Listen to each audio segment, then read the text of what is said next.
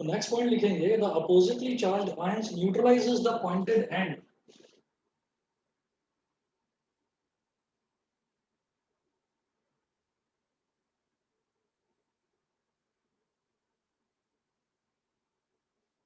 The oppositely charged ions neutralizes the pointed ends. The oppositely charged ions neutralizes the pointed ends while the similarly charged ions are repelled away. While the similarly charged ions are repelled away. Next point, fresh air molecules come near the pointed end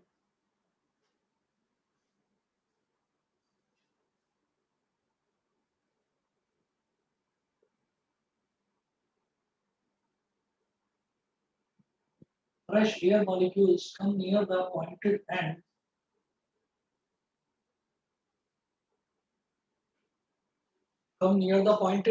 pointed end तो एक ही है, pointed end and take away its charge, setting up a kind of electric wind. And take away its charge, setting up a kind of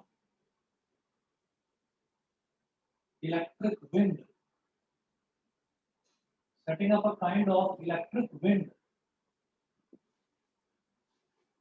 Setting up a kind of electric wind. This process by which the charge at the pointed end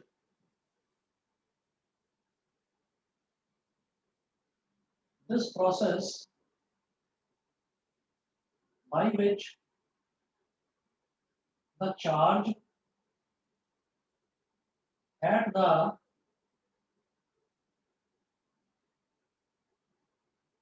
this process by which the charge at the pointed end of a conductor gets discharged at the pointed end of a conductor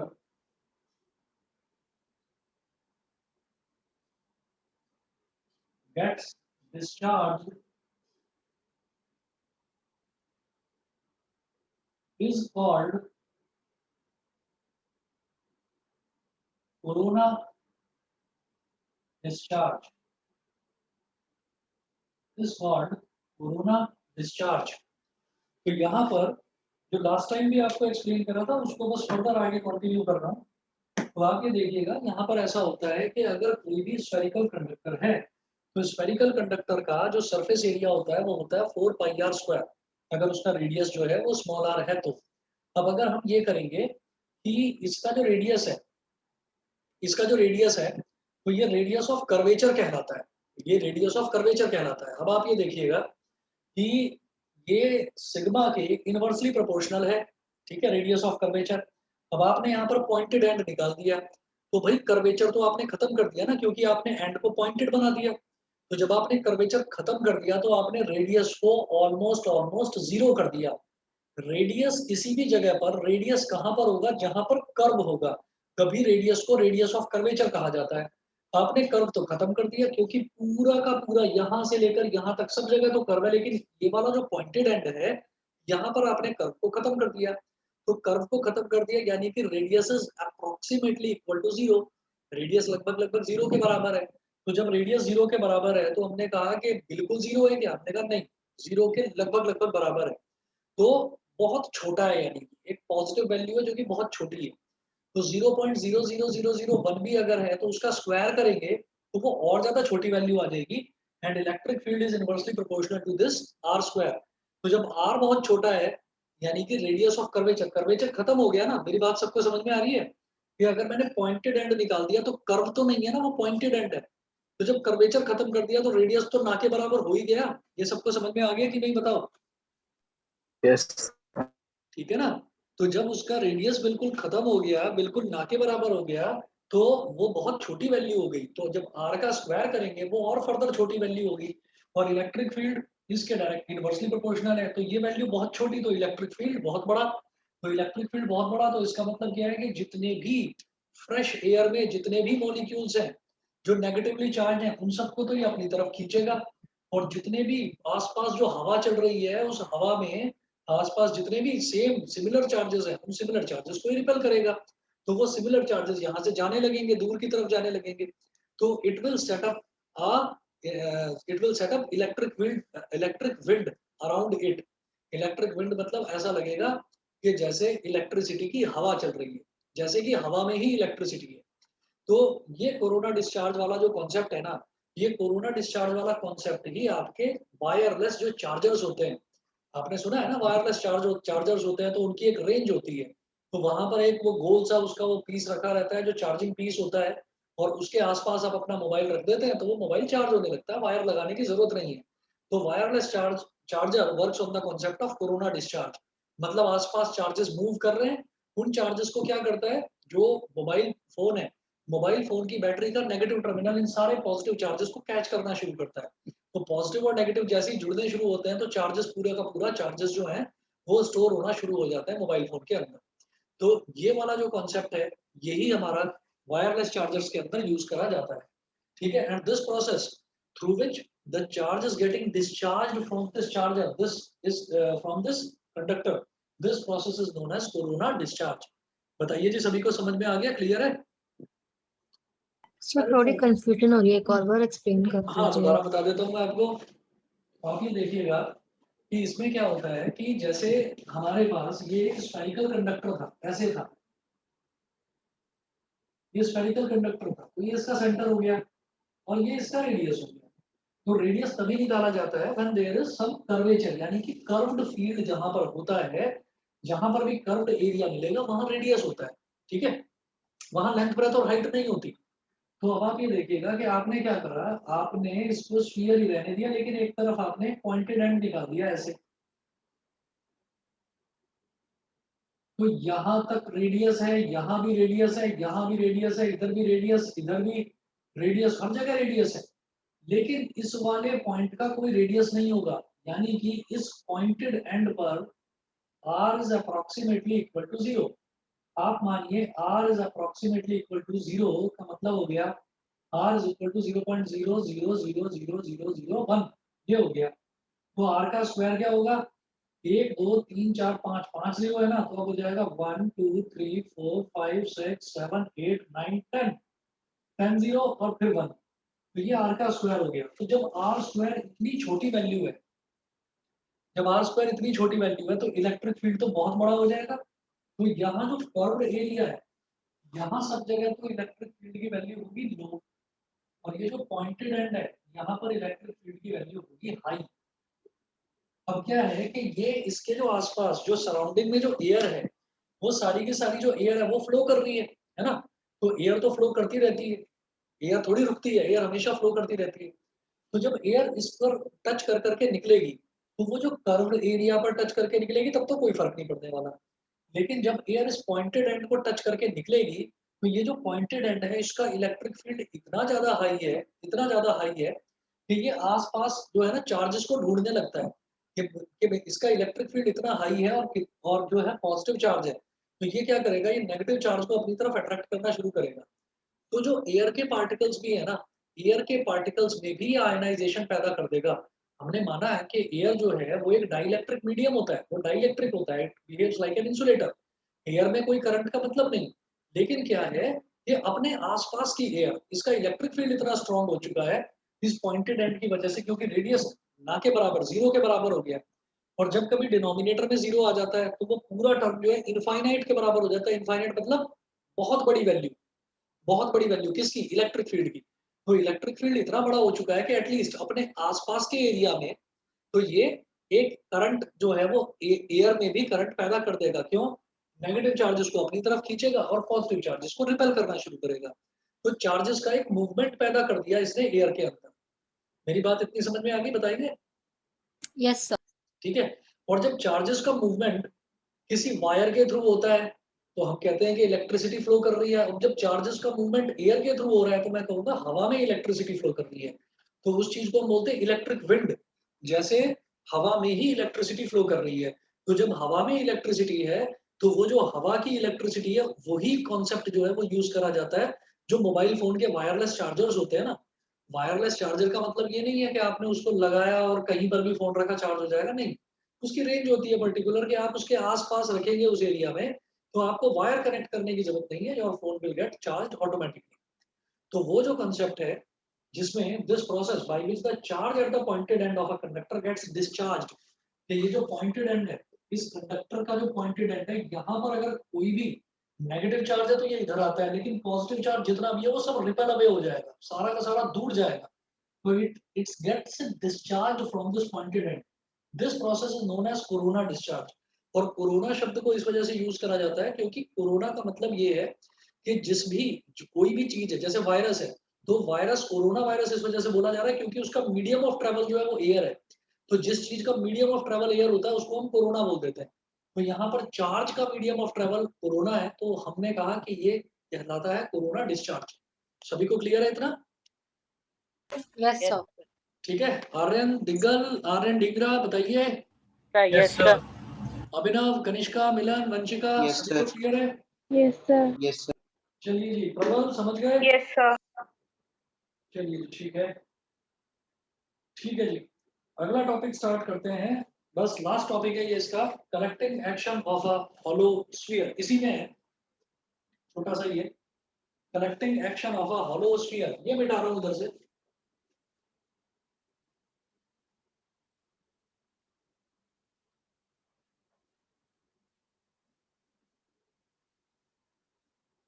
collecting action of a hollow sphere.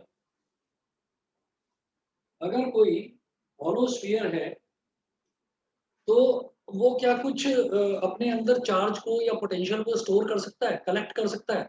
और अगर कर सकता है तो किस तरह से collect कर सकता है? कैपेसिटेंस का क्या रोल है, चार्ज का क्या रोल है ना?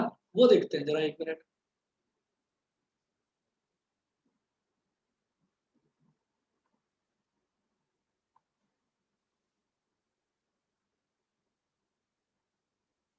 हेडिंग डालेंगे, collecting action of a hollow spherical conductor.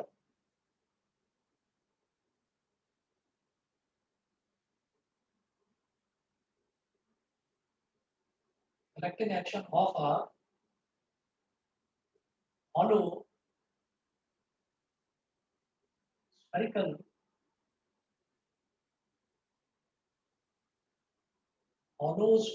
Conductor. Hollow spherical conductor. Consider a small sphere of radius small r, note करें।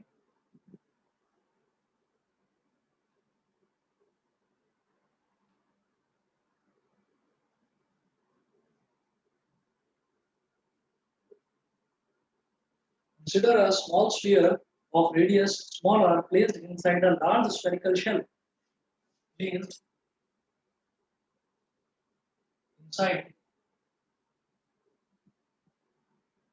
a large spherical shell.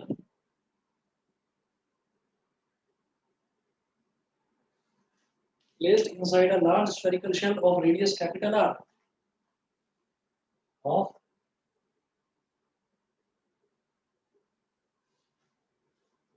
radius capital R. Let the spheres carry charges small q and capital Q respectively.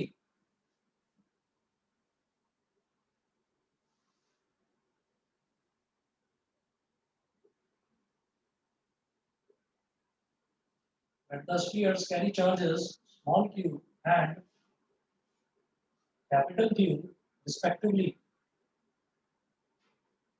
Small q and capital Q respectively.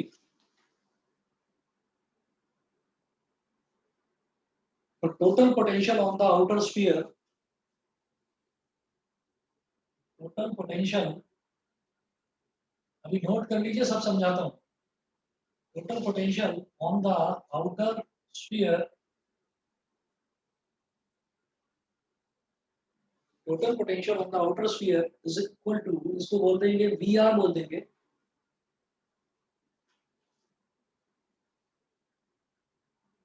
V capital R is equal to potential due to its own charge capital Q, potential due to its own charge, potential due to its own charge capital Q plus potential due to charge Q plus potential due to charge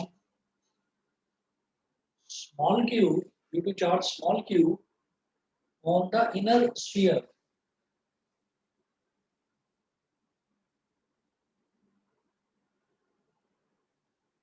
On the inner sphere. अभी इतना note करें, आगे एक diagram बनाना है छोटा सा.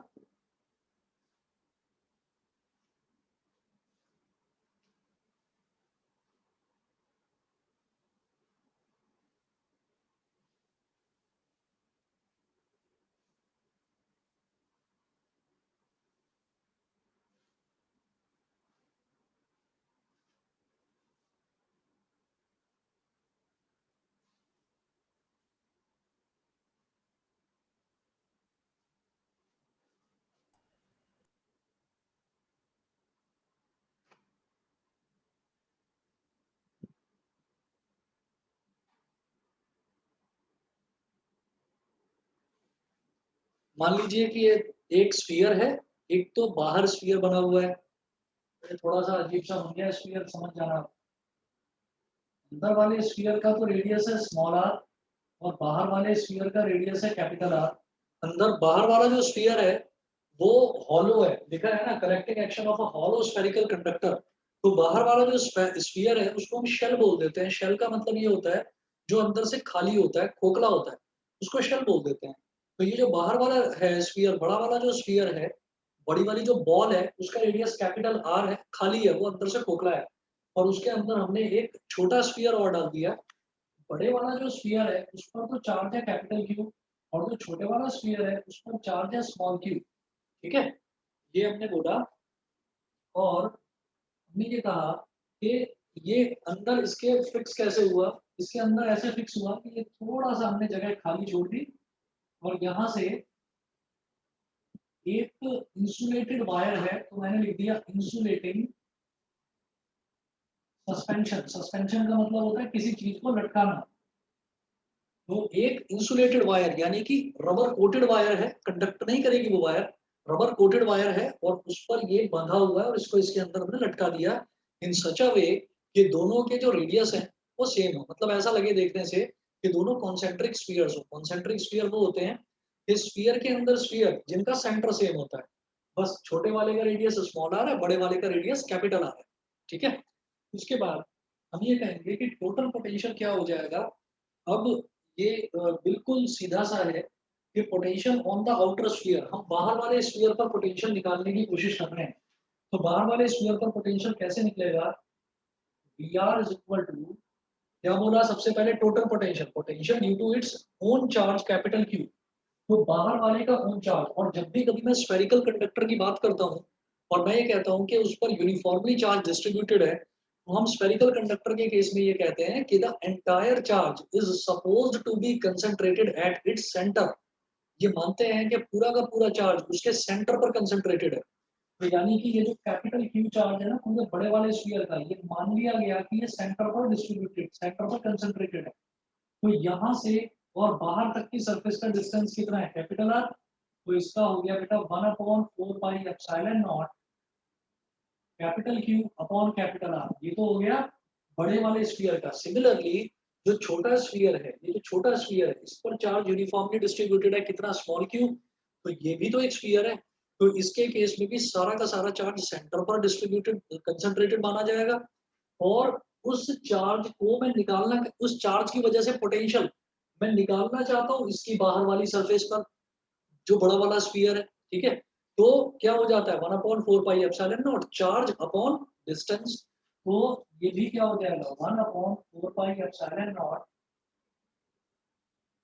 Q upon capital are. ये आपको समझ में आ गया? इस केस में कैपिटल आर क्यों किया है?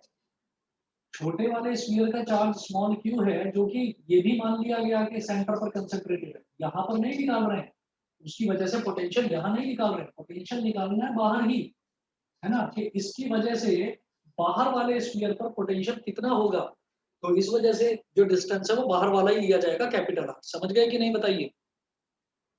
Yes, sir. है ना? चलिए जी, अब इसके बाद मैं क्या कहूंगा, तो दोनों का टोटल पोटेंशियल कितना हो गया?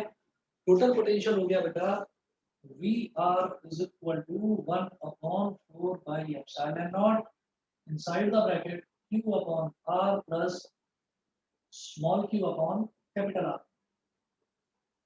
ठीक है? ये करने के बाद में हम ये कहेंगे potential on the inner sphere due to its own charge. Potential on the inner sphere due to its own charge। Potential on the inner sphere, जो अंदर वाला स्फीयर है, अब इस अंदर वाले स्फीयर पर ही पोटेंशियल कितना होगा, इस अंदर वाले स्फीयर के खुद के चार्ज की वजह से। अंदर वाले स्फीयर का खुद का चार्ज कितना है स्मॉल क्यू, और कितना इसका रेडियस है स्मॉल आर, तो ये इसको ना v1 बोल दिया हमने, तो ये हो जाएगा 1/4 pi epsilon naught small Q upon small R. मुझे लगता है ये समझ में आ गया होगा आपको, है ना? Yes, sir. ठीक है ना? ठीक है जी। और इसी तरीके से हम ये कहेंगे कि potential on the outer sphere due to its own charge, potential on the outer sphere due to its own charge, सिर्फ अपने खुद के चार्ज की वजह से आउटर स्फीयर पर कितना हो गया पोटेंशियल, उसको V2 बोल दीजिए, ऊपर लिख देता हूं इधर V2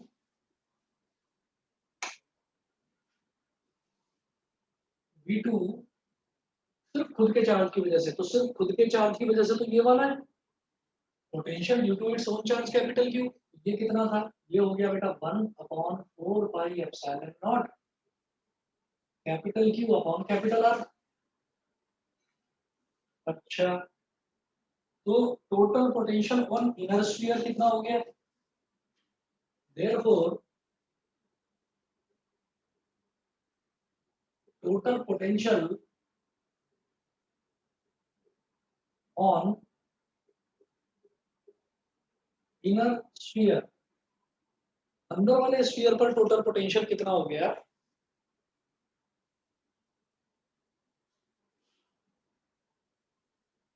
इसमें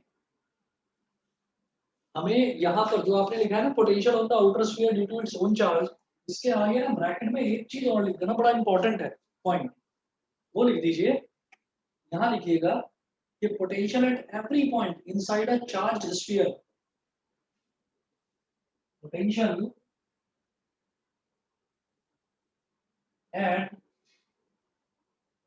एवरी पॉइंट, बेटा दिखाई दे रहा है सबको? Potential at every point inside a charged sphere, inside a charged sphere is same इधर लिख रहा हूं as that on its surface। ठीक है, इसके बाद यहां लिख दिया मैंने कि potential at every point inside a charged sphere is same as that on its surface। तो अगर मैं बड़े वाले स्फीयर का कहता हूं कि बड़े वाले स्फीयर का अपने खुद के चार्ज की वजह से सरफेस पर जो पोटेंशियल है वो अंदर के सभी पॉइंट्स पर भी उतना ही होगा। समझ गए? Potential at every point inside a charged sphere, एक चार्ज्ड स्फीयर के अंदर उतना ही पोटेंशियल होगा हर एक पॉइंट पर जितना कि उसकी सरफेस पर है। तो मैं ये कहूंगा कि टोटल पोटेंशियल और इनर स्फीयर, तो इनर स्फीयर पर जब टोटल पोटेंशियल हम निकालेंगे, तो जैसे मैंने आउटर स्फीयर पर निकाला वी कैपिटल आर बोल दिया, तो इनर स्फीयर वाले को बोल दूंगा वी स्मॉल आर। ये हो जाएगा बेटा V1 प्लस V2। ये V1 प्लस V2 कैसे हो जाएगा? ये इसमें हमने ये कह दिया कि भाई एक जो चार्ज है ये V1, ये कौन सा है कि जो इस छोटे चार्ज की वजह से, छोटे स्फीयर की वजह से, छोटे स्फीयर पर तो चार्ज है, अपने खुद के चार्ज की वजह से इस पर कितना पोटेंशियल है 1/4πε0 Q/r। ये समझ में आ गया Yes, sir. है ना? अगर ये क्लियर है तो बड़ा वाला जो स्फीयर है, बड़े वाले स्फीयर पर उसके सरफेस पर चार्ज है 1/4πε0 capital Q upon capital R। तो बड़ा वाला जो स्फीयर है उसके अंदर वाली जितनी भी सरफेसेस होंगी, जितने भी पॉइंट्स होंगे, उन सभी पॉइंट्स पर सेम पोटेंशियल होगा जो उसकी सरफेस पर था। उसकी सरफेस पर ये था तो अंदर भी वही होगा, इस पॉइंट पर भी, इस पॉइंट पर भी और इसकी सरफेस पर भी, मतलब इसके अंदर वाले पॉइंट पर वो भी। तो हम ये बोलेंगे v स्मॉल r कितना हो गया V1 प्लस V2, यानी कि 1/4πε0, और इसमें लिखेंगे Q upon small r, small q upon small r plus capital Q upon capital R। ये बता दीजिए समझ में आया कि नहीं?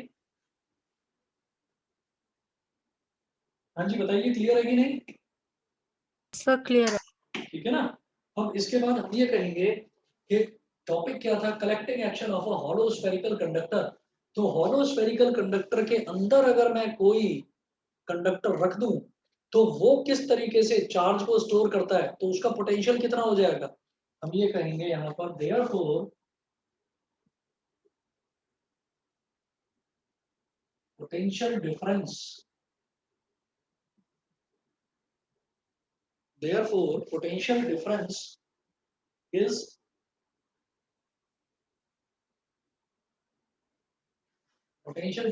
is VR minus V capital R। यहाँ पर कितना है और यहाँ बाहर कितना है, तो बाहर तो हमने इतना निकाल लिया था और अंदर इतना निकाल लिया था, दोनों का डिफरेंस निकाल लो।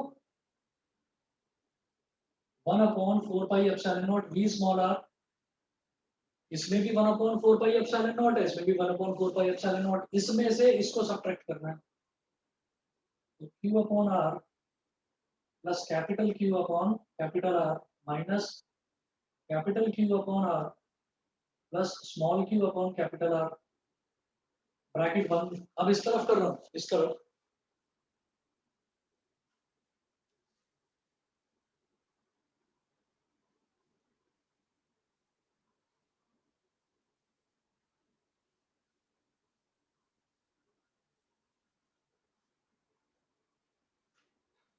अब यहाँ पर देखेंगे जब एक्सपेंड करेंगे इसको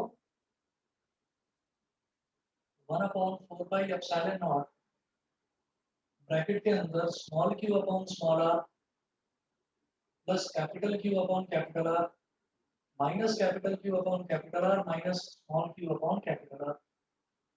तो ये तो कैंसिल आउट हो गया, स्मॉल q बाहर ले लो, स्मॉल q अपॉन 4πε0 और ब्रैकेट में बचेगा 1 upon small r minus 1 upon capital R। ठीक है जी, ये पोटेंशियल डिफरेंस आ गया। किसी बच्चे के मन में अगर ये डाउट हो कि बाहर वाले में से अंदर वाले को सब्ट्रैक्ट क्यों नहीं करा, कोई डाउट तो नहीं है किसी के मन में? पोटेंशियल डिफरेंस में हम किसी में से भी किसी को सब्ट्रैक्ट कर सकते हैं। पर्टिकुलरली यहाँ पर क्यों ऐसा करा गया है, क्योंकि स्मॉल r जो है वो छोटी वैल्यू है, तो 1/r ये छोटी वैल्यू है। हम चाहते हैं कि पोटेंशियल डिफरेंस हमारा पॉजिटिव ही आए, तो यहाँ पर मैंने छोटे वाले में से बड़े वाले को सब्ट्रैक्ट इस वजह से करा है क्योंकि मुझे दिखाई दे रहा था कि यहाँ पर डिनोमिनेटर में छोटी वैल्यू है, यानी कि ये बड़ी वैल्यू आने वाली है। यहाँ डिनोमिनेटर में कैपिटल R बड़ा रेडियस है, मतलब ये वैल्यू छोटी होगी, तो ये वैल्यू बड़ी है और ये वैल्यू छोटी है, बड़ी में से छोटी को सब्ट्रैक्ट करेंगे तो रिजल्ट जो है वो पॉजिटिव ही आएगा। समझ गए कि नहीं बताइए? बाकी अगर आपको लगता है कि बाहर वाले में से अंदर वाले को सब्ट्रैक्ट करना है तो भी आप कर सकते हैं, पोटेंशियल डिफरेंस इस तरीके की कोई रेस्ट्रिक्शन नहीं लगाता। बताइए जी, क्लियर है कि नहीं? Yes, sir. ठीक है जी, चलिए Yes. जी, तो ये लास्ट टॉपिक था इस चैप्टर का। नेक्स्ट चैप्टर स्टार्ट करेंगे, करंट इलेक्ट्रिसिटी। हेडिंग डालेंगे सभी बच्चे, करंट इलेक्ट्रिसिटी, चैप्टर नंबर 3। अगर ये नोट कर लिया है तो मिटा दूं? Yes, sir. Yes, sir. बाकी बच्चे बताइए, अभिनव, आदित्य, हर्ष, आर्यन डिग्गल, सभी ने नोट कर लिया है, मिटा दूं? Yes, Yes, sir. sir. ठीक है, चलिए जी, ओके।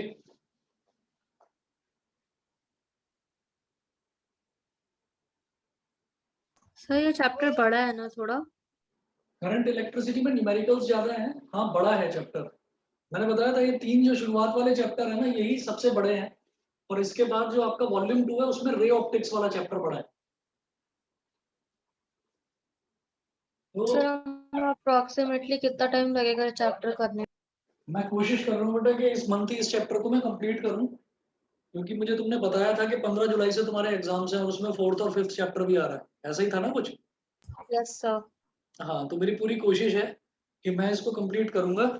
असल में ये वाला जो चैप्टर है, ये जो फर्स्ट, सेकंड और थर्ड जो हमारे 3 चैप्टर्स होते हैं, तो इसका टारगेट ये लेकर चलते हैं ज्यादातर स्टूडेंट्स भी और टीचर्स भी, कि अगर जुलाई तक आपने ये पहले 3 चैप्टर फिनिश कर लिए ना, दैट मीन्स आपका सिलेबस बहुत सही ट्रैक पर चल रहा है। लेकिन मैं कोशिश करूंगा कि मैं इसको जून तक ही कर लूँ, क्योंकि वो हमारे लिए भी और आप सबके लिए भी बेनिफिशियल ही रहेगा, जल्दी से जल्दी अगर फिनिश हो जाए तो। तो मैं कोशिश करता हूँ, जितना ज़्यादा हो सकेगा मैं स्पीड से लेकर चलूंगा। एक्चुअली इसमें बहुत इंपॉर्टेंट इंपॉर्टेंट टॉपिक्स हैं, जैसे कि Kirchhoff's currents law, Kirchhoff's voltage law, और मतलब जो न्यूमेरिकल्स हैं, नेटवर्क एनालिसिस भी इसी में है कि नेटवर्क किस तरीके से सॉल्व करा जाता है। तो न्यूमेरिकल्स की वेटेज इस चैप्टर में थोड़ी ज़्यादा है। इंटरेस्टिंग है चैप्टर, और डेरिवेशंस भी हैं, तो है थोड़ा लंबा चैप्टर, पर कोई नहीं, करते हैं, कोशिश करते हैं। सर कितना वेटेज है इस चैप्टर का? बेटा चैप्टर की वेटेज जो है इसकी 14 से 18 नंबर के बीच में है, ये वेरी करता रहता है, ठीक है ना? तो इसकी यस 14 सर। से 18 नंबर की वेटेज है, और इसमें ना कई चीजें ऐसी भी होती हैं कि इसकी चीज मतलब इसका टॉपिक और सेकंड वाले चैप्टर का ये टॉपिक कई बार मिक्स भी हो जाते हैं, तो वेरी करता रहता है। चैप्टर बहुत इंपॉर्टेंट है, पहले तीनों ही चैप्टर इंपॉर्टेंट है, फर्स्ट, सेकंड और थर्ड। ठीक है, चलिए जी, करें फिर start. Yes sir. Yes, sir. ठीक है जी। और आपके यहाँ ऐश्वर्या कितना हो गया अभी? 4th और 5th कंप्लीट करा दिया chapter? Yes sir, NCERT exercise करा रहे हैं। अच्छा, पूरा कंप्लीट हो गया सब कुछ? Yes sir. कराते कैसे?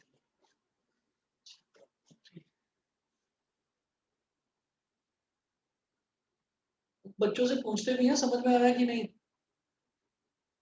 फिर एक बच्चे ने जवाब दिया तो हो जाता है। अच्छा, और एक बच्चा तो ऐसे बोल ही देता है। सर वो तो सारे ऐसे ही बोलते हैं आजकल। हाँ, नोट्स लिखवाते हैं, क्वेश्चन कराते हैं, चैप्टर खत्म हो जाता है। अच्छा। आदित्य, तुम्हारे स्कूल में क्या हो रहा है?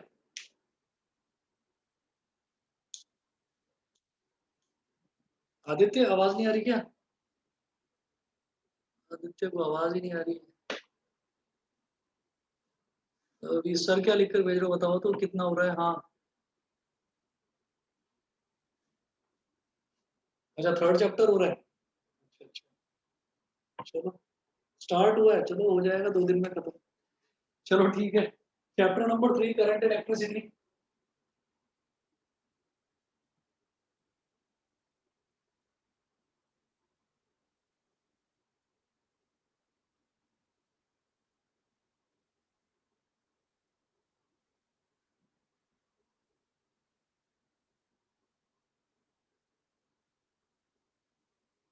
करंट इलेक्ट्रिसिटी, तो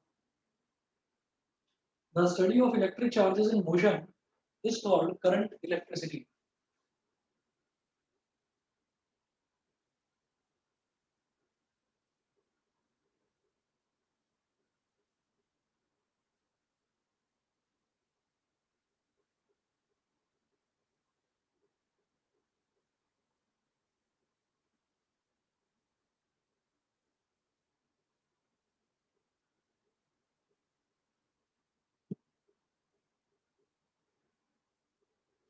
the study of electric charges in motion जो इलेक्ट्रिक चार्जेस मोशन में रहते हैं उनकी वजह से ही तो इलेक्ट्रिसिटी प्रोड्यूस होती है।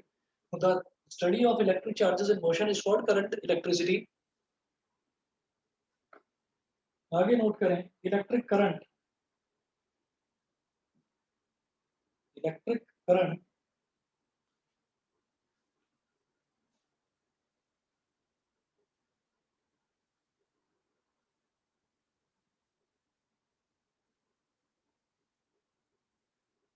इलेक्ट्रिक करंट ये है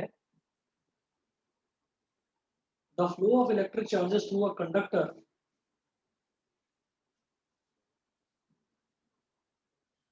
the flow of electric charges, the flow of electric charges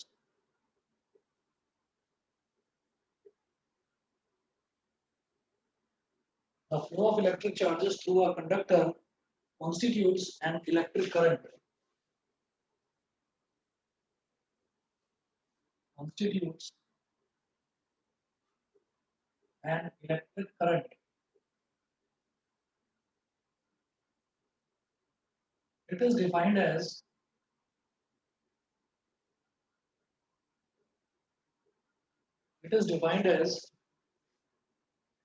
I is equal to, ये देखा हमने 10th क्लास में ये charge per unit time taken, यानी कि I is equal to Q upon T होता है, ठीक है। अभी लेकिन हम 12th क्लास में हैं तो हम जरा ये भी देखेंगे कि लिमिटिंग वैल्यू ऑफ करंट क्या होती है। लिमिटिंग वैल्यू ऑफ करंट का मतलब ये होता है कि अगर मैं छोटे से छोटे करंट की वैल्यू भी निकालना चाहूँ, छोटे से छोटे चार्ज चेंज और टाइम चेंज की वजह से, तो वो भी हम निकाल सकें। तो ये कहलाता है limit delta T tending to 0, delta Q upon delta T. इसको देखकर घबराने की जरूरत नहीं है, ये बेसिकली डेफिनेशन है डिफरेंशियल की, डिफरेंशिएशन की, D Q upon D T, है ना। D Q upon D T का मतलब क्या है, बहुत छोटा मतलब जो है, जो बेसिक मतलब है वो तो ये है कि small amount of charge upon small amount of time, तो चार्ज पर यूनिट टाइम क्या बन जाता है, हमारा करंट बन जाता है। तो बहुत छोटा जो इसका आंसर है वो तो ये है। लेकिन हम जानते हैं D Q by D T का मतलब क्या हो गया कि हम चार्ज को अगर टाइम के रिस्पेक्ट में डिफरेंशिएट करें तो वो हमारे पास करंट आ जाएगा D Q by D T. बताइए, क्लियर है ना इतना? ठीक है। इसके बाद आप कहेंगे ऐसा unit of current is ampere,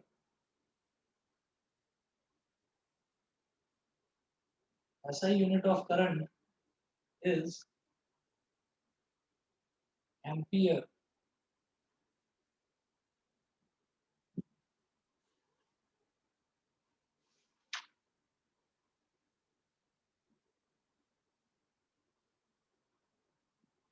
It is a scalar quantity.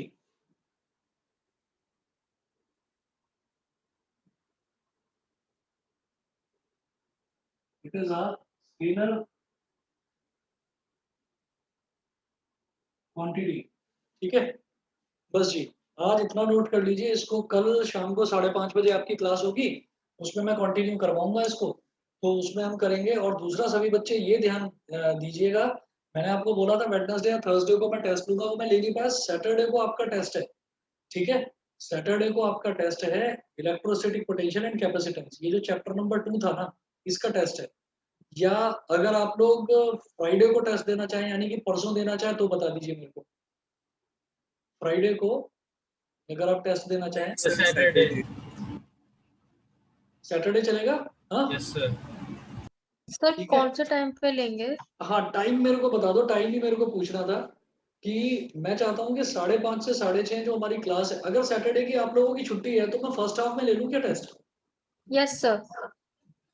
बताइए बेटा, बाकी बच्चे बताएं। सैटरडे में किसी का स्कूल तो नहीं है? अभिनव, दृष्टि? सर 12 बजे के बाद रख लो। 12 बजे के बाद, ठीक है। मैं 1 या 2 बजे के करीब आपका टेस्ट रख लूंगा, ठीक है ना। सर कितने मार्क्स का होगा? Yes sir. कोई 25 या 30 मार्क्स का होगा, ओके सर। होगा 1 घंटे का ही। और 1 घंटे का मतलब इतना ही होगा कि आप 1 घंटे में उसको कर पाए। ऐसा नहीं होगा कि 1 घंटा आपको लगे कि कम टाइम दिया है मेरे को, ठीक है। तो ठीक है, फ्राइडे को सैटरडे का रखते हैं, सैटरडे को फर्स्ट हाफ का रखते हैं, वो भी आफ्टर 12 रखते हैं, सेकंड हाफ में। ठीक है, Thank you, किसी बच्चे sir. को इस टाइम में कोई प्रॉब्लम हो तो प्लीज मुझे बता दें। No, sir. ठीक नो है, सर। चलिए जी, okay thank you sir. Okay sir नमस्ते। Thank you sir. ओके।